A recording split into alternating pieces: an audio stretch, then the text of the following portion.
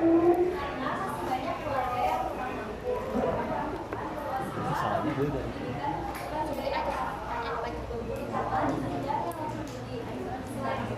kita dibagi apa? Si Nabila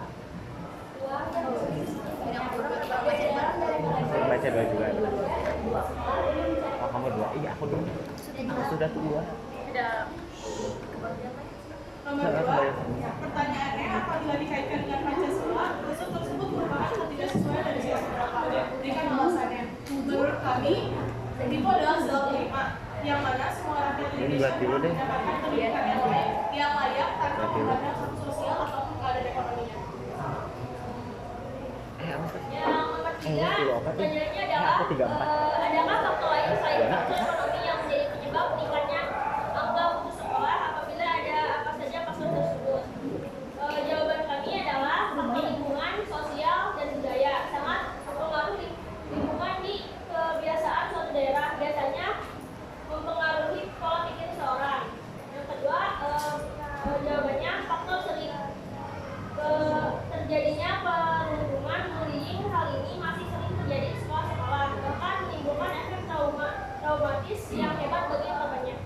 Nomor 4, pertanyaannya, pada saat ini pemerintah telah mengeluarkan berbagai kebijakan untuk menanggulangi permasalahan ini, di antaranya dengan memberikan bantuan operasional sekolah, beasiswa, sekolah gratis, dan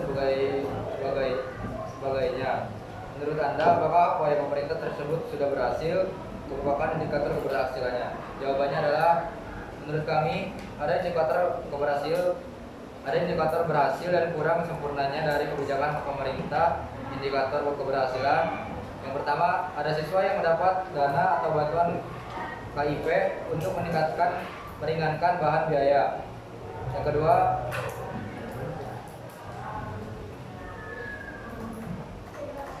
pemerataan kurikulum di semua daerah di Indonesia. Yang ketiga, mulai banyak sekolah yang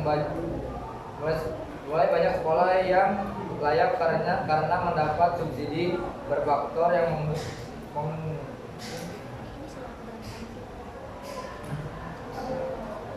ini soal keempat ya. Faktor yang menghalangi.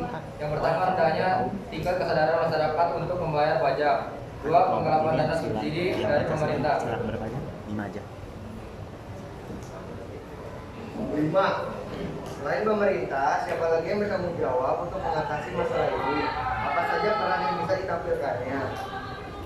Yang pertama, diri sendiri, kesadaran diri dan pola pikir yang harus diperbaiki karena yang memiliki seluruh kendali atas keputusan yang ia inginkan. Kedua, orang tua.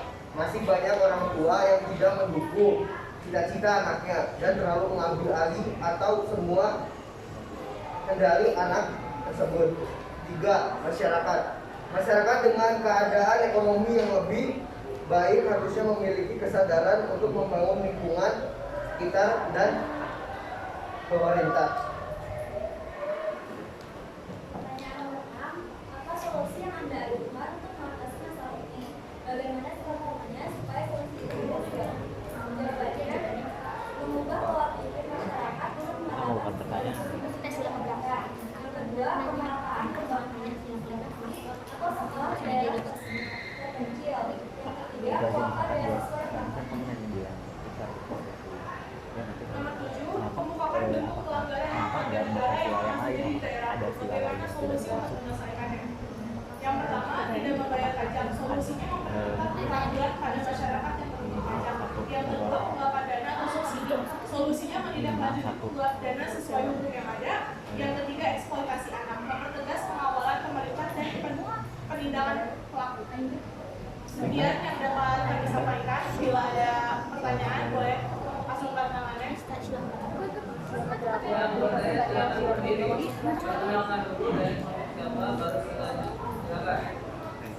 Ya, silakan Ilham. Perkenalkan, nama saya Muhammad Ilham Ramdhani. Saya mau bertanya, yang nomor 2 itu menggunakan sila keberapa? Ada sila lain nggak yang bisa termasuk ke menjawab pertanyaan itu? Terima kasih.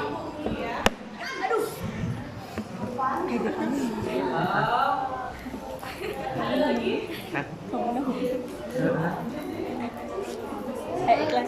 Kok mananya buat kan kalian Menurut kalian, apakah privilege dari orang tua sangat penting bagi anak kan? Privilege-nya itu pendidikan. Kan itu ada banyak kata pendidikan. Saya mengambil tentang pendidikan. Apakah pendidikan dari seorang orang tua penting tidak buat anak seorang? Terima kasih Najri. Ada lagi?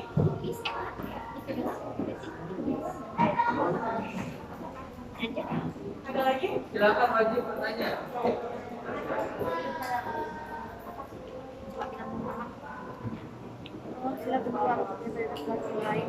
Sama kamu. Makanya karena Nambah pertanyaan. kalau Nambah pertanyaan. Jadi bisa. Iya Dia. benar-benar. Jadi gini, kemarin sempat habis di nama. Ada beberapa mahasiswa yang bukan beberapa saya tanya banyak mahasiswa yang kuliah di luar negeri dengan beasiswa PJP gitu, tapi dia tidak mau pulang ke Indonesia ya.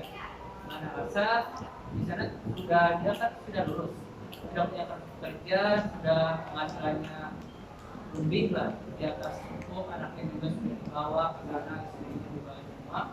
Dia suruh pulang, dia nggak mau dengan alasan ilmu yang saya dapatkan di sini belum bisa diterapkan di Indonesia. Dan kalaupun diterapkan di Indonesia gajinya itu kecil, jadi dia memilih tinggal di luar negeri saja. Apakah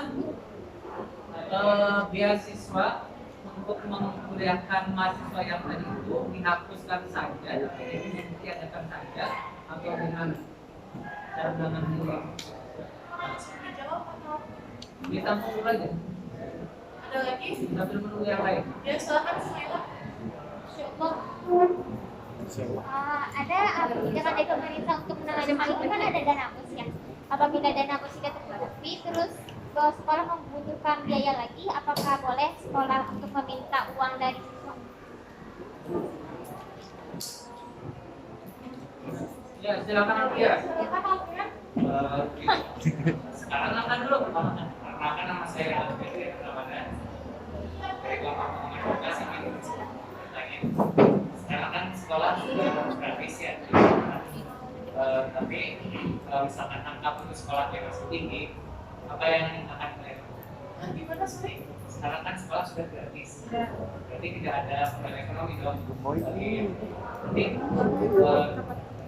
tidak ada kendala ekonomi mungkin. Terus tapi angka sekolahnya masih tinggi, angka putus sekolahnya masih tinggi. Bagaimana yang akan kalian lakukan? Pak, dari 4 orang aja atau 5? Enggak, satu orang ini kan ada. Ya silakan Mas. Ya, boleh ya. Jadi saya ingin tanya, solusi yang benar sangat ampuh untuk memecahkan masalah ini. Masalah putusnya apa sekolahnya? Kalau perempuan silakan ya. Silakan. Terus kita belum puas. Kita Ya silakan. Boleh jawab yang pasti dulu apa? Bapak yang terakhir aja dijawab itu. Jadi saya di sini bakalan jawab pertanyaan tadi. Jadi pertanyaannya kalau yang saya tangkap itu privilege dari orang tua itu ngaruh nggak sih tentang pendidikan anak? Ya. Nah kalau menurut kami itu sangat penting karena menurut saya yang namanya open mindednya seorang orang tua untuk menyekolahkan anaknya, untuk bilang kalau misalkan pendidikan itu sesuatu, pendidikan itu penting, itu tuh udah merupakan sebuah privilege kalau menurut saya. Jadi nggak cuma harta doang, nggak cuma ya udah deh kamu yang penting sekolah, nggak, tapi keterbukaan pikiran seorang orang tua tentang anaknya perlu sekolah itu adalah privilege sendiri. Terus kalau misalkan kita nyinggung soal harta atau soal ekonomi dan lain sebagainya, itu juga privilege ya, emang privilege yang emang harus dimanfaatkan dengan sebaik-baiknya juga sih. Tapi jangan sampai ketika kita tidak punya privilege apa-apa, kita merasa sakit hati, kita merasa nggak didukung apa dan sebagainya. Karena privilege itu sebenarnya bagus, cuma kalau misalkan digunakan dengan tidak baik ya mungkin akan berpengaruh negatif juga. Jadi menurut saya itu penting sih. Masa sih?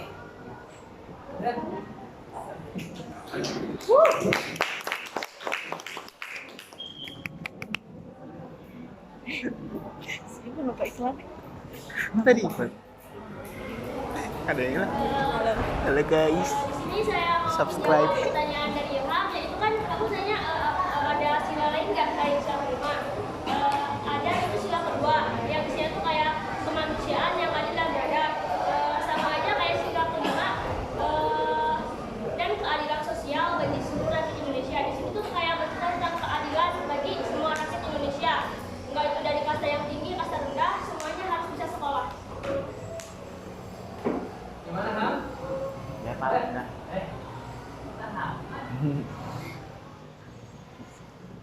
Tahu. Saya di sini akan menjawab pertanyaan Sumaila. Tadi yang saya tangkap itu pertanyaannya kalau misalkan dana bosnya nggak cukup, boleh nggak minta bantuan ke siswanya. Yang saya tahu dan yang kami tahu juga kalau misalkan dana bos itu memang dikasih pemerintah untuk menyebar ke sekolah-sekolah kan. Nah, boleh atau enggaknya kalau menurut saya sebenarnya boleh-boleh aja. Tapi kebetulan beberapa hari yang lalu saya melihat video di sosial media itu ada Bapak Ganjar Pranowo lagi berkunjung ke salah satu sekolah dan ada anak muridnya ngomong kalau misalkan dia dipungut biaya sekolahnya, ada sumbangan dan lain sebagainya. Lalu Ganjar Pranowo langsung bilang, itu suruh siapa? Itu kok begitu sekolahnya? Langsung ditindak seperti itu. Jadi menurut saya mungkin boleh, tapi ya diolah lagi oleh sekolahnya dengan disesuaikan lagi dengan kemampuan anak-anaknya, karena tidak semua siswa di sekolah itu bisa mampu membayar dana, mampu membayar sumbangan, mampu membayar SPP dan lain sebagainya. Kalau menurut saya Kalian di sini bayar? Mandiri. bayar mandiri. Buku mandiri. Buku mandiri. Iya, Buku mandiri. Buku mandiri banyak. ditagihin Kak. Semuanya sama. Iya, tapi ditagihin Kak. Sejuta. Berapa? Minimal ada berapa? Saya lupa Kak. Totalnya 700-an. 1 1 juta lebih. 700. Satu. 17 kasih 17. 750. 17. 1 177. Jadi menurut Eva ini Iya, boleh saja asalkan disesuaikan dengan kemampuan. iya. Betul. Tapi izin menambahkan Pak, maaf memotong, tapi menurut saya jangan sampai ada pemaksaan atau ancaman dan lain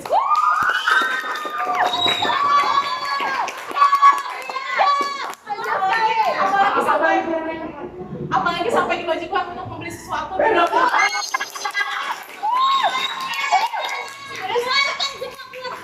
Saya nggak masalah, karena ya buku tuh penting ya. Cuman mungkin ada beberapa yang emang nggak suka gitu Pak. Jadi saya mewakilkan suara teman-teman.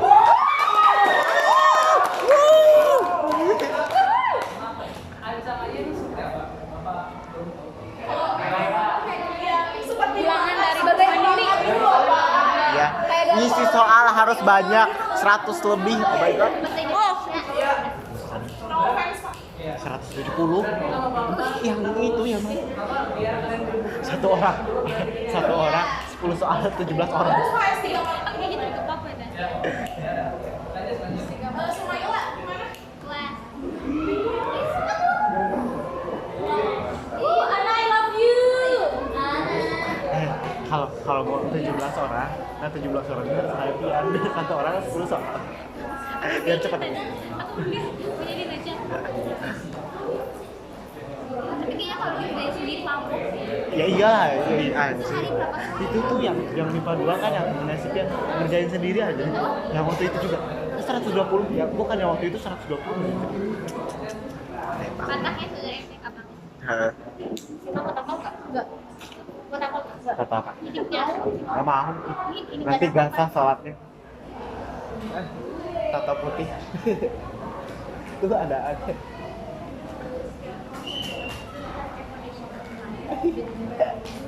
Nah, itu.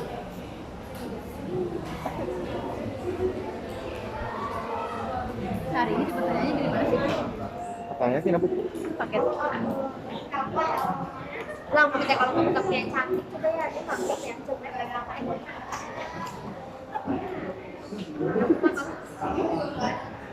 Tadi itu lagi. Saya akan menjawab pertanyaan selanjutnya dari Alfian. Kalau yang kita tangkap, kan tadi katanya kalau misalkan kalau udah gratis, kenapa angka putus sekolah masih gede? Kalau menurut kita tuh tadi udah sempat dibacain juga ada di nomor berapa? Nomor 5 tuh kita menjawab kalau sebenarnya bukan cuma faktor ekonomi doang yang menghambat semuanya, tapi faktor dari diri sendiri, gimana cara kita berpikir, gimana cara kita berperilaku dengan orang lain juga sangat berpengaruh. Contohnya kalau misalkan seseorang punya uang banyak, punya privilege yang besar juga dari kedua orang tuanya, tapi ketika dia tidak punya kesadaran diri, dia tidak punya pikiran untuk harus melanjutkan sekolah, dia lebih memilih untuk bekerja misalkan ya, memilih untuk bermain dengan lingkungan sekitarnya, itu juga berpengaruh banget karena gak cuma uang doang gitu. Terus selanjutnya yang berpengaruh juga dari faktor keluarga mungkin. Faktor keluarga mungkin ada beberapa keluarga, beberapa orang yang memang masih mikir kalau sekolah tuh nggak penting, nilai itu nggak penting.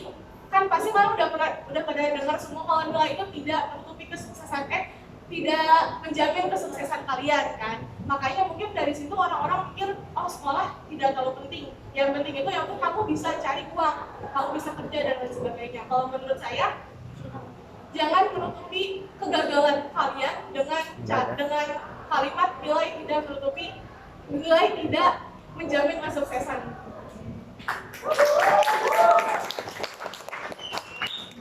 Silakan selanjutnya. Enggak, itu kan bukan efek aneh-aneh.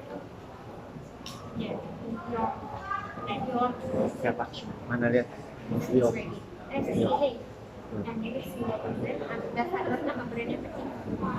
Bener. Mana?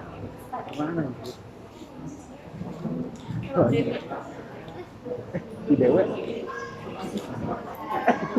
Kamu mau main adil-adil aja ah. Dewe. Berani ya. Kowe.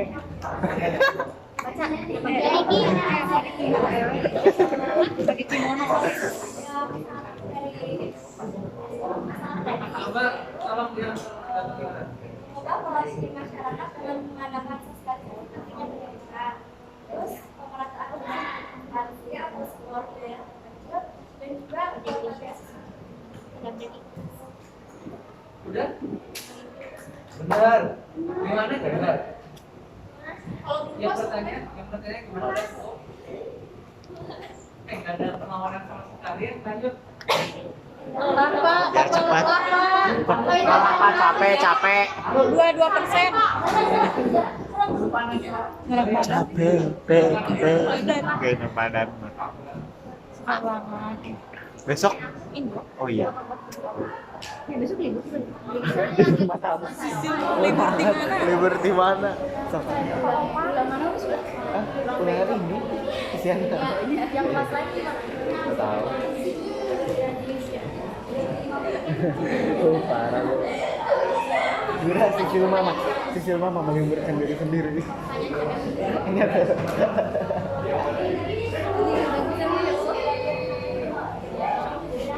Dia kan diskusi naon. Lawa. Dibacanya nggak? Lawa. pakai bahasa Spain.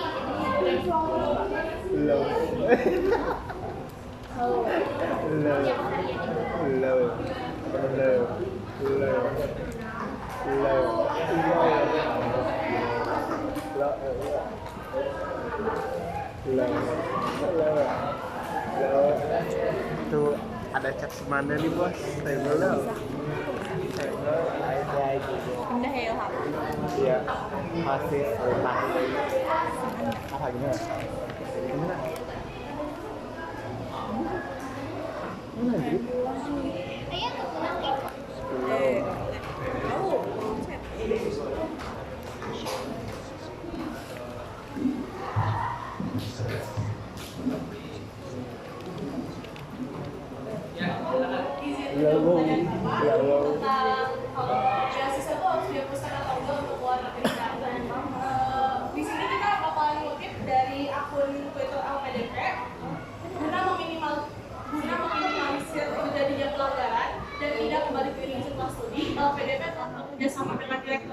federal imigrasi untuk menelusuri keberadaan pada para awardee.